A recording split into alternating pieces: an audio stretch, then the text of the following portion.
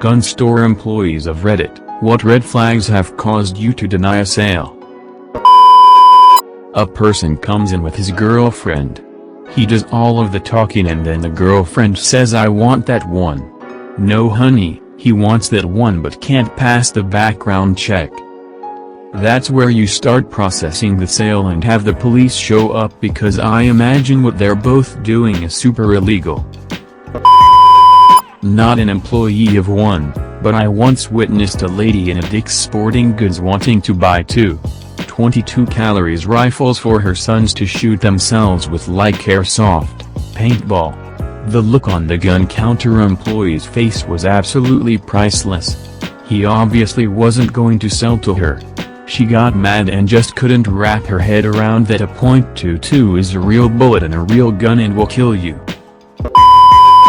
Straw purchases. So many straw purchases. You aren't being clever, I know this isn't for you. Reeks of booze and obviously drunk. No joke, had a guy come in to shoot. We have a indoor range attached to the shop, who could barely keep himself standing. After we refused service, he went outside and sat on our front porch for about 10 minutes. He comes back in and says, "I am special forces, part of our training is I have to shoot drunk." I have to. Sure pal, but you aren't doing it here. Had a lady mid-purchase filling out her 4473 and made the comment that she was going to use it to kill her neighbor's dog. No thanks. I've had several instances of I just didn't feel good about it. Something was just off. There was no one thing they said or didn't almost all the time they passed their background check, but I couldn't shake a feeling that this wasn't a good idea. I couldn't quite put my finger on why, but I always go with my gut and deny a sale. It doesn't happen very often, thankfully.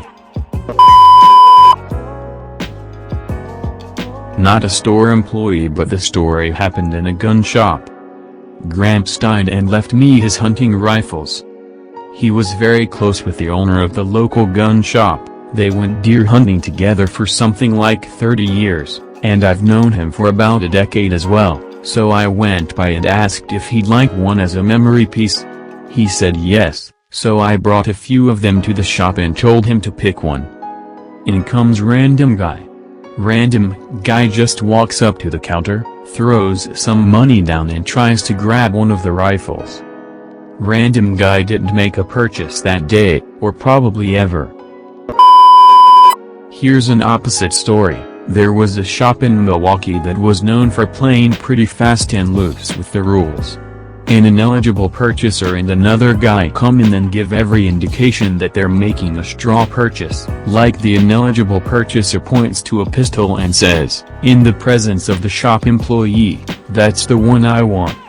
The two leave, and one guy comes back in. He starts filling out the form and gets to the question that asks if he's purchasing the gun for someone else. He checks yes. Shop employee tells him no, you have to check no there, and the dude scribbles out yes and checks no. Clerk rings it up, dude doesn't have enough cash, so he goes out to the parking lot and comes back with enough cash. Obviously a straw purchase, but they didn't give a shit. Ineligible purchaser later shot 2 cops with that gun. They survived and sued the shop and won because the shop had violated the PLCA. I worked at a big box store that sold rifles and shotguns. We were really encouraged to not deny any sales under any circumstances by our managers, but we also had a regional LP guy that was gung-ho for getting one of us arrested for making an illegal sale. He would do audits of all our forms regularly and would send people in to test us. Regardless, I only had one that I tried to deny for something other than a straw purchase. The background check form has several questions for the purchaser to answer. One of them asks if they have ever been convicted of a felony. This guy asks what if I am under indictment? He was buying a hunting rifle, and so I decided that it was too sketchy for me and I told him now. He called the manager over, and the manager finished the sale and tried to get me to sign off on the form. I refused and got written up for that one. A co-worker refused an ammo sale one time. guy came in and slapped a handgun down on the counter and asked if she had any bullets for it because he had some in to kill. She told him they were in the back and went to call the cops. They got him at the front of the store, but he didn't have the gun. We tore the store apart looking for it. He had stashed it in the toy section in the big bin of stuffed animals. A few years after I quit, they sold a shotgun to a guy who used it on himself out in the parking lot. I had a customer with 2 friends want to buy some ammo. I had an odd feeling about this group, then he told me his ID was fake. I took his word for it, and denied sales to his buddies who then tried to buy the same box of ammo. Selling to someone knowing they are gonna give it to someone without a valid ID is just as bad, in the eyes of the company, as selling it to the guy without the valid ID. Not an employee, but I tried to go shooting with my grandpa once and they denied him and made us leave. They background check you before you go to the range. He had an assault with a deadly weapon charge on him from a bunch of years prior. Awkward. I didn't work there, but I was purchasing a firearm as a gift for a friend, 100% legal, and a guy came in to pick up a stripped lower, and was asking the guy about different uppers and gas systems, rails, etc. He obviously knows what he's talking about. They run the background check, and the clerk says sorry, it's been delayed, we will call you when it goes through. The guy says damn, it's probably because I have a common first and last name. For those who don't know, that is a common problem for a lot of people. I live in Oklahoma, I'm not a gun shop owner or employee though. A buddy of mine and I went to Academy Sports and Outdoors one afternoon so he could buy a shotgun. While my buddy is filling out his paperwork, a young guy of about 18-19 comes in and starts looking at .22 rifles.